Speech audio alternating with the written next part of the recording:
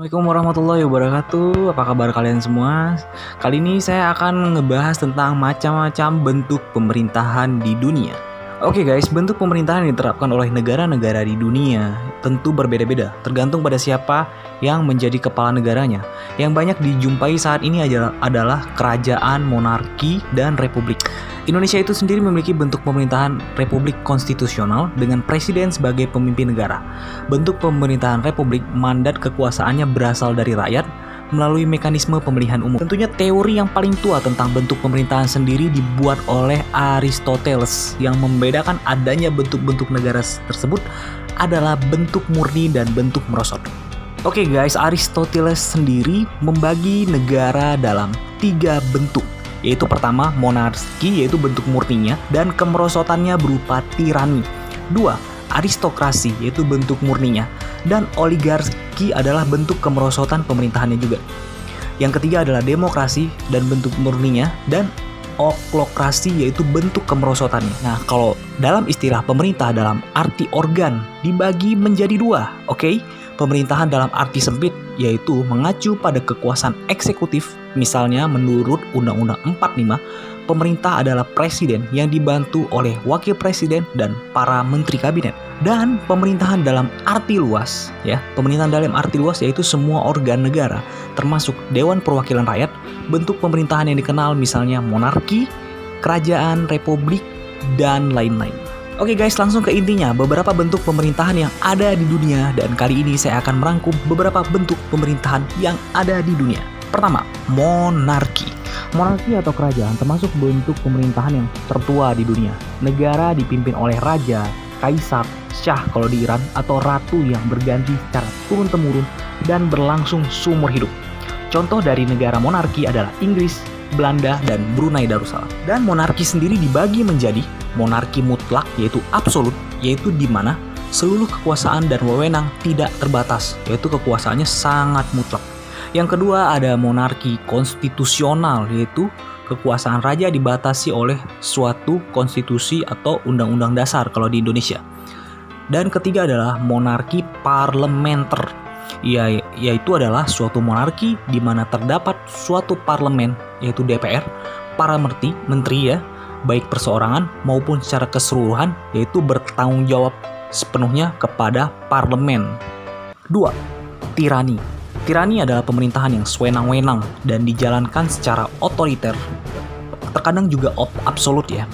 Ini sekilas sama seperti pemerintahan monarki mutlak, karena kekuasaan ada pada satu orang. Contoh dari bentuk pemerintahan tirani yaitu adalah Adolf Hitler di Jerman dan Joseph Stalin di Uni Soviet. 3. Aristokrasi. Pada bentuk pemerintahan aristokrasi, kekuasaan dipegang oleh beberapa orang yang dianggap mempunyai peran utama dalam negara. Misalnya cendekiawan. Prancis adalah contoh negara yang sempat menjalankan bentuk pemerintahan ini, yaitu pada sekitar tahun 1700-an. Keempat, oligarki. Hampir sama dengan aristokrasi, oligarki dijalankan oleh beberapa orang yang memegang kuasa.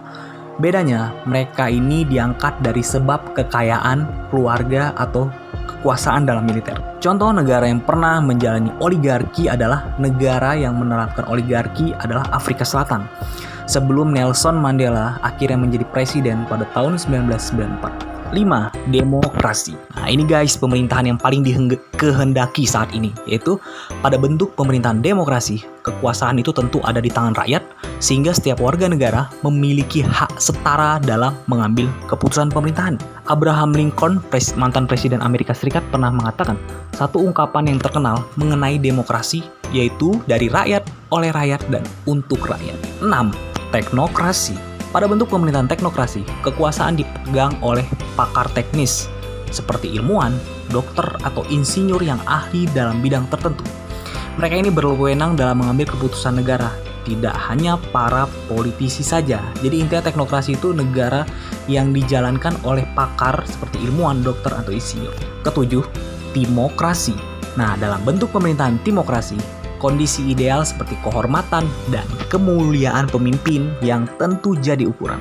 Negara yang dipimpin oleh orang yang dianggap punya hal tersebut Jadi bukan lagi berdasar keturunan, kekuasaan, atau pemberian hak istimewa. Jadi karena pemimpin dari bentuk negara demokrasi itu diangkat karena dari kehormatan itu sendiri. Kedelapan, oklokrasi. Kondisi ini terjadi saat massa bersenjata anarki masuk ke pemerintahan secara tidak legal. Squad. Akibatnya, rakyat lain menjadi takut karena negara dikendalikan secara inkonstitusional dan ilegal. Amerika pernah masuk dalam krisis ini sekitar tahun 1930-an akibat pemberontakan keluarga mafia. Kesembilan, plutokrasi. Plutokrasi adalah pemerintahan yang diatur oleh para konglomerat yang tercipta akibat dari kondisi ekstrim. Kesenjangan sosial antara miskin dan kaya sangat terasa dalam plutokrasi ini. Orang kaya menyetir keputusan politik, militer, dan ekonomi suatu negara karena ingin mempertahankan kekayaannya. Jadi ibaratnya plutokrasi ini yang berkuasa, yang memiliki hak imunitas, yang memiliki kekuasaan itu orang-orang kaya. Oke guys, dari 9 bentuk negara tadi atau bentuk-bentuk pemerintahan tadi, yang paling ideal adalah nomor 5, yaitu demokrasi. Dan semoga negara kita Indonesia tetap dalam sistem demokrasinya yang mengedepankan hak rakyat. Dan assalamualaikum warahmatullahi wabarakatuh, dan semoga sehat selalu buat kalian semua, dan semoga info ini bermanfaat.